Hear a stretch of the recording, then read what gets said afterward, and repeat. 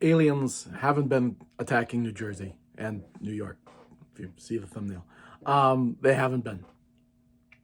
Nope, no. It was really hot there for a while, right? Through November and into December, boy, aliens are attacking New Jersey. And okay, so there's an interesting element to a phenomenon like this, right? And I think the interesting element is not the on the face pretty ridiculous idea that aliens are attacking New Jersey. It's I suppose the moral panic, and I'm not sure this is a moral panic, just a panic. The paranoia, right? It's not the thing; it's what the thing says about, right, the human ecosystem. How dumb are we, right? And the answer to that is really, really, really dumb, right? It's interesting. I just was recently, and I'm trying to find it here so I can tell you guys about this. You know, there's a danger to me even running down this, because if I sit there and say, "Wow, what we're seeing right now is, has been going on for like 40 or 50 years, a slow dumbing down till you get to a point where, nobody believes anything, that all fact is in question, right?" And if I say that, right, if I'm the messenger who says that, there is a tendency to say, "Oh, you're just a disgruntled old guy," right, who, okay, boomer, right, when I'm not a boomer. But I mean, that doesn't matter anymore. We've gotten to a point, right, all of this is broken down so badly, and we trust nothing. Everything is a lie. It's understandable to a degree why we get here, okay? I don't want, I think there's no shortage of stupid, but there's always been no shortage of stupid. But it's particularly pronounced, and now it's, achieving power. So this is a relevant topic. But before, one thing I want to mention to you, there is a guy out there, there's a YouTuber who gets a lot more views than I do, a guy by the name of Jared Henderson, who is I believe he was a college professor for a while. I'm not sure exactly what subject off the top of my head. He did a video on why we can't focus, which goes on for a good, I don't know, it's only about 12, 13 minutes. It's going to be a lot shorter than anything I'm going to do. You should check out what Mr. Henderson has to say. But here's the thing. Henderson is essentially going to be saying that things very similar to what I have said and continue to say. But Jared Henderson's like 34 or 32 or 30 or whatever he is. So he's a much younger guy, but he's done some research and he's looked back and to sit there and go, these problems that we're encountering now, boy, they go way back. People have been talking about this for a while. Now, when you say that and you're 34 as opposed to me, who's 58, it's going to land different. The messenger matters. So I want to plant that flag, because I know as a result of simply where I am in life, there will be judgments made about what I say and where it comes from. But if you find someone who's 30 saying the same thing, I was thrilled to see this guy. I was like, okay, because he strikes me as an eminently reasonable person. He doesn't strike me as a crank. He's a guy who really thinks things through. And I was like, okay, good for him. And good for the people seeing him, because I think they'll take in, again, this message in a different way. So the messenger matters. That said, let's talk a little bit about aliens attacking New Jersey. There's a couple things about this. One is that it reminds me of, H.G. Wells wrote The War of the Worlds. It's back here someplace. If I look around, I know it's up there somewhere. Yeah, I think I see it up there. Yeah, there it is. The War of the Worlds is way up in my H.G. Wells. Now, let's not get this twisted. In the late 1930s, Orson Welles, the maker of Citizen Kane, The Magnificent Ambersons, right, Orson Welles, was involved with, his group was the Mercury Theater, and he had a version of that that did radio programming at the time, right? This is just before World War II, that version of America. And he did a radio show, I believe around Halloween. I think it was meant to be a Halloween kind of almost spoof, where they did a version. They had sort of adapted the War of the Worlds, which, takes place in like the late 19th century, the 1890s or something, as I recall, in England, right? Is the idea that the Martians invade. His version was do it as almost a news story in real time, that there are aliens landing in New Jersey. And they did, they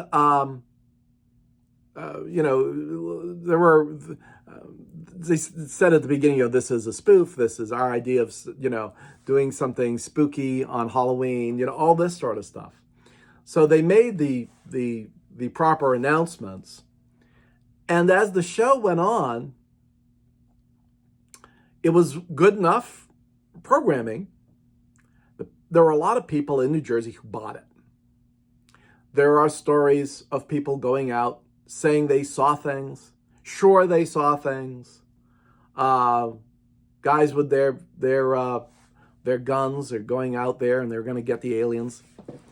There was a panic that took place because they heard it on the radio, and it was good enough so they believed it. Now, there's a lot of differences between that and this thing that happened. I'm sure that people saw some things, or there were some drones, but it got real weird and real twisted quick. And it just shows you that we're living in a time where there isn't a baloney detector. We don't have the magical ability known as discernment, the ability to, without needing a lot of other people, our own ability to root out and sit there and go, okay, I don't think this is on the level, or I think this is on the level. That we're not very good at that. We're really bad at that. And that happens. And that paranoia happens. Because that's really where at the root of this stuff is if you're living your life with the blinders on, and I only believe what I've seen, and I only believe what I see, and you don't believe in the body of knowledge, that all that is garbage, then you're more likely to buy into some real weak, crazy stuff. Well, Bob said he saw it. Well, that's a reason to believe in anything, right? I mean, and again, I'm sure there were people who saw, a drone or something, right? But the way it took off, and then it's not just the folks who think they saw something. The thing that gets you a little worried is the number of people who had to sit there and go, okay, this is my opportunity for me to become famous. So I'm going to say, well, I know a guy. I'm reminded of, the Ocean's 11 from 2004 or 2002 or 1998, whatever it was, when Clooney and Pitt did the first. There's a great moment at the end of that film where Clooney's character has been sort of captured by the bad guys, and he says, you got robbed. Clooney says to I'm trying to remember his name, the big bad guy of the film, when I was in the joint, I know a guy, and he knows everything that's going on. I could find out. Give me 24 hours. Give me 48 hours. I'll find out who did this robbery. And the big heavy looks at Clooney and says, you know a guy. I mean, it's the oldest, right, con. Yeah, but I know a guy, see, and that you've got this inner information, right? And there was a ton of those guys. I have a military background, or I know somebody with a military, and they're actually government ones. See, they're snooping out nukes, and there's going to be a nuclear attack. And this stuff was going around like crazy. And there were, I think it was one of the Housewives of New Jersey, one of those, trying to get back on the radar again. I know some people, and yet they say that, and they won't tell you the government is up to them. I'm not saying you should believe everything you hear from the U.S. government, no matter what the administration necessarily is, but I also, to run for, in that paranoia, when you don't know stuff, when you're just not terribly educated, you don't know what to believe anymore, right? And when you don't believe what to believe anymore, people get scared, and when people get scared, people get paranoid, and the blinders are on. And it's a dangerous thing. There is a body of knowledge. We do know stuff. It's amazing the amount of knowledge human beings have, over the centuries, the things that we have figured out. We do know stuff. But right now, a lot of the ways we've been spoiled for a good 100 years or more because we've had the photograph. And the photograph couldn't be faked, at least not at first. For a long time, photography was like, you knew. Now, of course, slowly people were able to manipulate photography, and there was always that, if you go right back to the beginning, but it's now flipped the other way around, so that photography really can't believe. It's no longer that something's real because you've got a photo. That's eroded and disappeared. Just like an audio recording once upon a time, right? We've got Nixon because we've got the tapes. Right? Manipulating media wasn't the thing, wasn't necessarily technically possible. Very few people had the ability to do that, and they were in Hollywood and there's something like, in the main, government used it. Government used wiretaps, right? Law enforcement used wiretaps, used photography because you could use it in court, and you had somebody dead to rights. None of that's true anymore. So we've lost these things so that the solidity of fact even meant anything.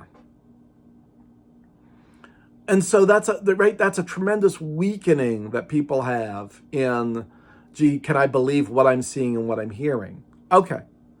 That's a real thing. That we have to make the body of knowledge, we have to make these things stronger, right? But there have obviously been a ton of people making use of the fact that the body of knowledge has disappeared to their advantage. This is a way for me to game other people. And it's pure con man stuff.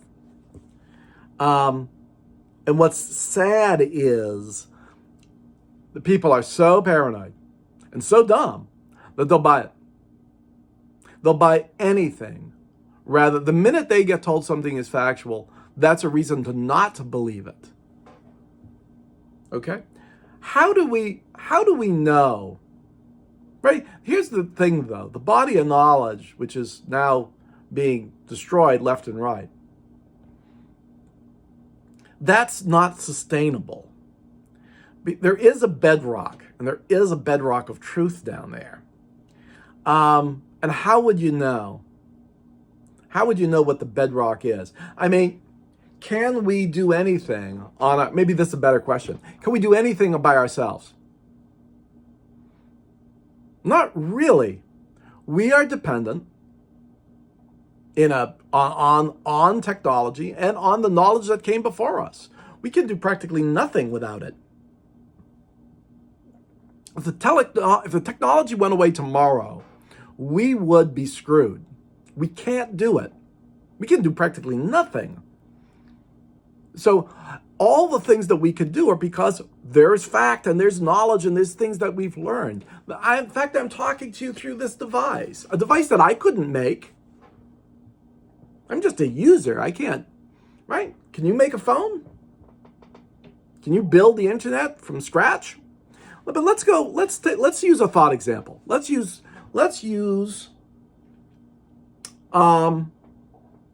what is it? Coronal mass ejection? That would be a good one. A coronal mass ejection is an unbelievable thing that comes out of the sun. gas and ion explosion out of the sun, and if it hit the Earth the right way, it's right. We had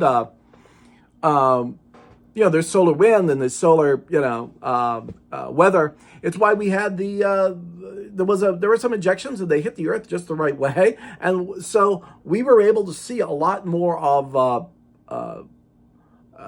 the Northern Lights. We were able to see them well into last summer. You were able to see the Northern Lights in the States, and just because something like this can happen. But let's postulate, and you're going to have to go with me because this is thought experiment time. Let's say there is an enormous, like once in a million years, coronal mass ejection. The right sort of thing hits the Earth the right way. And let's say there's a couple of these, pow, pow, pow, they hit the Earth just right. You could knock out power. You could knock out power for days and weeks at a time. Let's make it much worse for the sake of our experiment. There is an incredible stuff starts to happen with the sun, and we get hit with coronal mass ejections, a series of them. And if they're bad enough, you can knock out the power grid. But let's say we knock out the power grid, and it's out for years. And, if there's an EMP explosion, right, you not only do you knock out the power, you can knock out all electronic devices. You can, a good EMP, a nuclear blast somewhere, the cars won't start. All the cars will go dead, right? Because they have an electronic emission. All that gets fried. So let's say we get a good one, and it's a global catastrophe. Everybody gets it. There's no power, no electrical power, and no transportation, no cars. Without electrical power and with all the stuff fried, there'd be no trains either. No airplanes, no nothing. Everything's broken. And it'll stay that way for a decade. No power. And think about this, no communication. With no communication, is there government? No. Government depends on communication. So all of it's gone. And there's no explanation, right? Because there's no communication. You're alone with all the other humans. And there's nothing. Nothing works. Okay? What do you know? What in your life has prepared you for the idea of from starting from scratch? You're in the Stone Age. Tomorrow, you're in the Stone Age.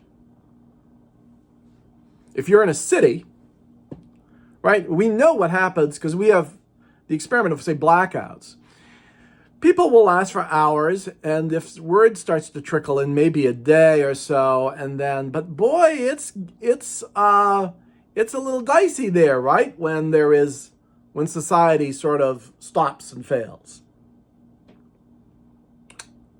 But now it's not coming back, and there is no explanation. After some days, I don't know if it would take days or it would take a week, at some point, probably the worst place to be is in the middle of cities. The people in those cities are going to realize that the cavalry isn't going to arrive because none of their tools work either. There is nothing. What are people going to do? They're going to leave. And they have to walk. You have to walk out of the cities. So let's say now you're walking out of the cities. You could make it New York. I'm not that far away. It's that way by about an hour, maybe an hour and 15 minutes. And if you actually go due north of New York City, it gets rural pretty quickly. Right? If you're up and down the seaboard, right, there's stuff. But if you go north, it can get very quiet very quick. In New York, it gets very quiet very quickly. But let's say you start, you're walking due north, you're headed for New Paltz. Where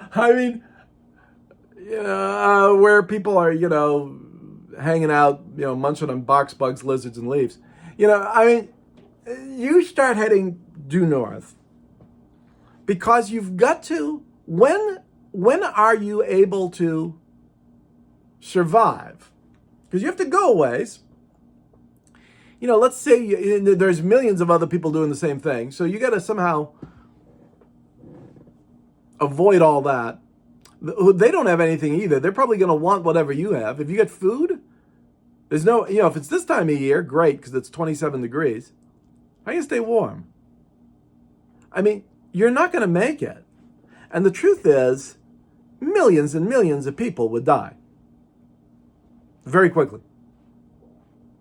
And there would be violence, because you'd find somebody, or someone would find you, and you had something they didn't have. You don't think that's where that would go in this society? But guns and armaments just last so long too, because eventually people would run out of that, and then they'd be beating each other with clubs. But let's say you keep going, and somehow you make it out of the mess, and you're up into somewhere in upstate New York now, and you're just walking along and eating whatever you could find and looting whatever it is you need, and you finally come across what you need. You find a farm. Great. And let's make it even better for you. For some reason, is the farmhouse abandoned? Do they want to share their house with you? But let's say you find a nice abandoned farm. Unbelievable. You could cut some wood so you could heat yourself, which means you might be able to cook something. Okay. But you've somehow got to survive. And almost every farm you're going to find, nothing's going to work. Farms are mechanized. Farms require power. There is no power. And there will be no power. So all of that equipment has no value. What do? You keep searching and searching. Let's say you survive to the spring somehow.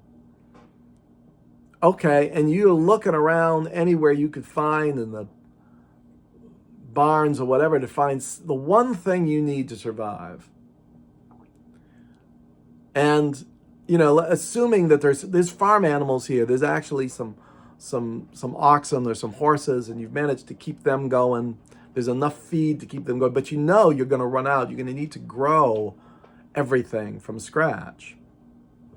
And to feed them and to feed yourself, you need them alive, because you found, deep in the barn somewhere, you found the one thing that no one's used for over 100 years, well over 100 years, a plow.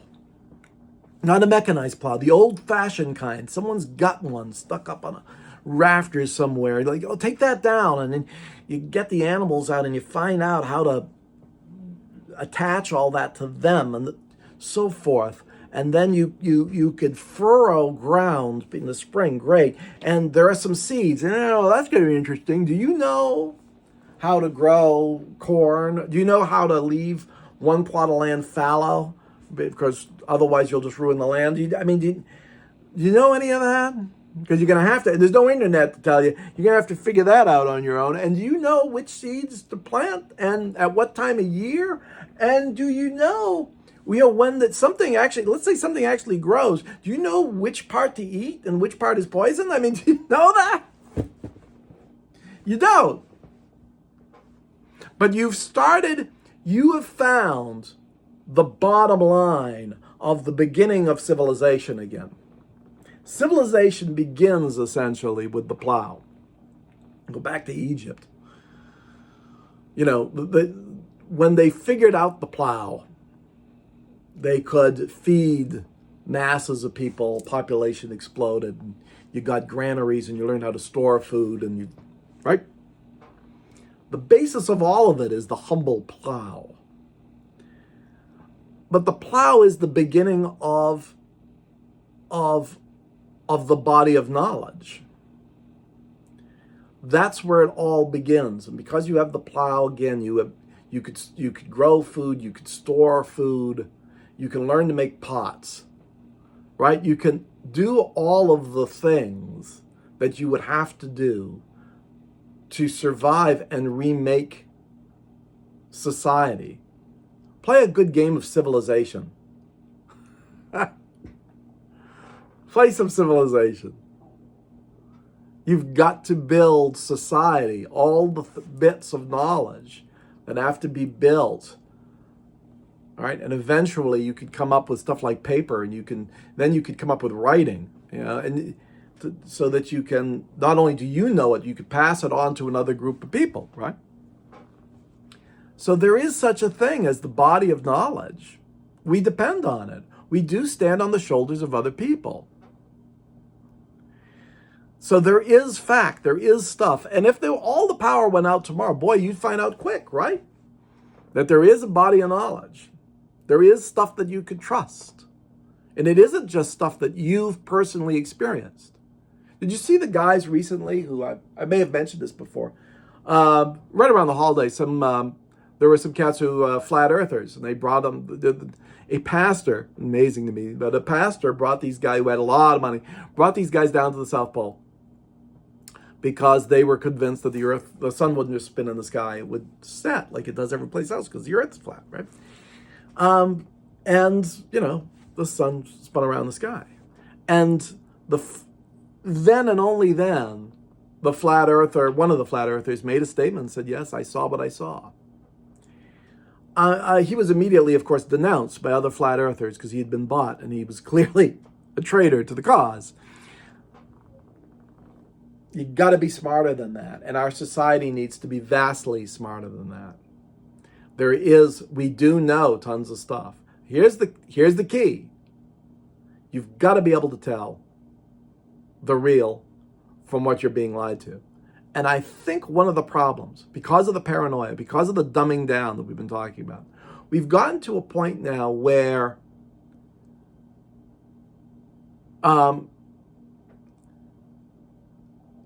science is expected to be perfect.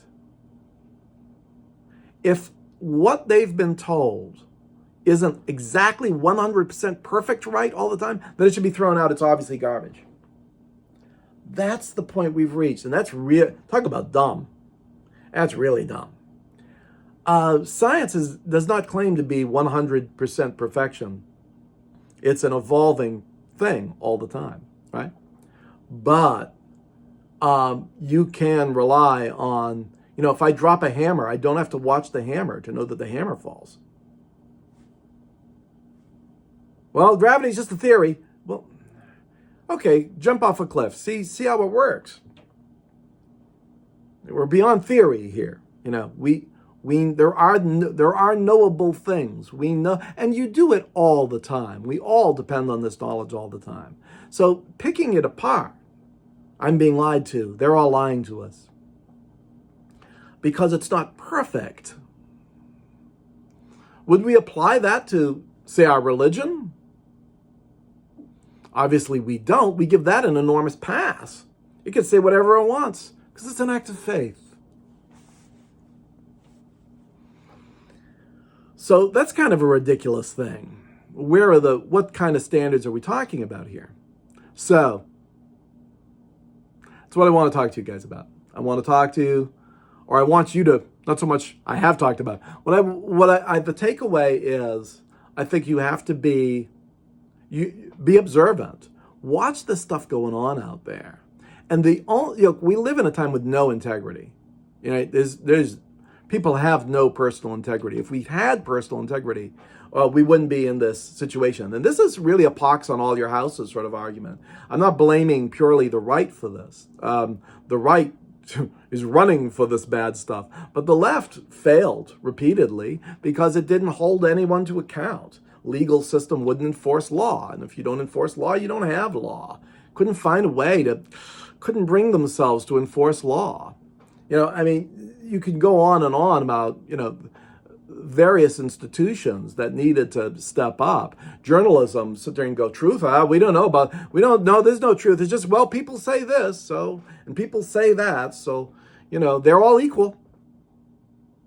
And that can't be true, right?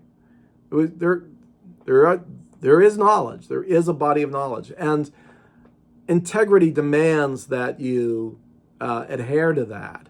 not just go for your own personal gain. It's not about just you, what you get out of it, right? A commitment to truth is a commitment to truth, even if that's not going your way, even if that's not going to help you. That's not, right? Real integrity means it's not about your self-interest. Your self-interest should be, integrity demands that you remove that from the equation, all right? So we've got a ton of that right now. We're sitting to go, all that matters is look out for yourself and screw the next guy. That's the way things should be. That is the proper order. No, it's not. We've had civilization before. And civilization happened because of that integrity. Because of that, not letting things slide. Playing it straight. It's the only way to live. And it's the only way the society succeeds. Eventually, we will get through this. This is what we're doing now is unsustainable. People will, you know what people want more than anything, and you see it here on YouTube. You know what people I think want more than anything else is they want to feel that they're getting something that's real. More than anything else right now. There are a lot of YouTuber people talking about it. It's not about your great graphics and your thumbnails and all. What's the most important thing is a sense that they're not being lied to. Not about camera quality and thumbnails. It's, is someone telling them the truth? Are they believable? Are they genuine? Do they seem real? It's one of the reasons I do this the way I do it.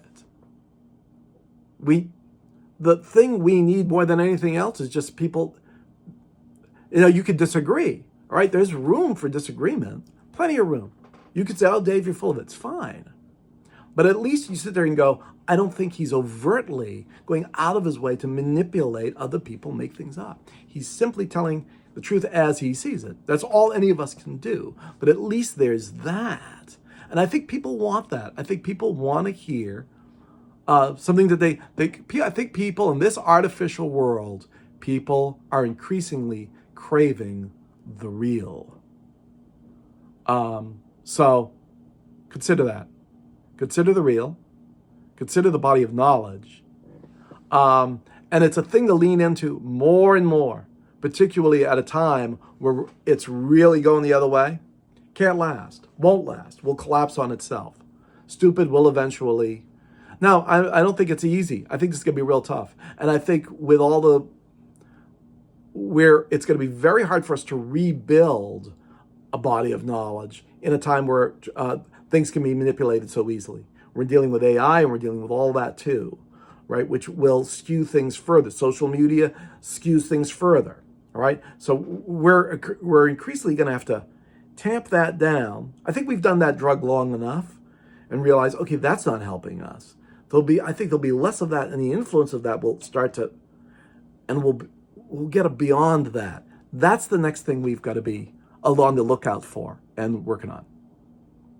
Happy New Year, guys. I've got lots to talk about all sorts of other things. But yeah, aliens didn't attack New Jersey.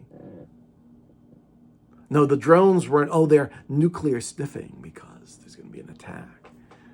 Wasn't there a congressman who said the Iranians have the mothership of drones off the coast?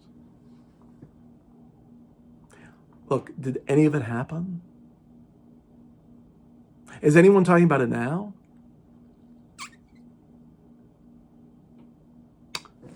Use your noggin, guys. Talk to you soon.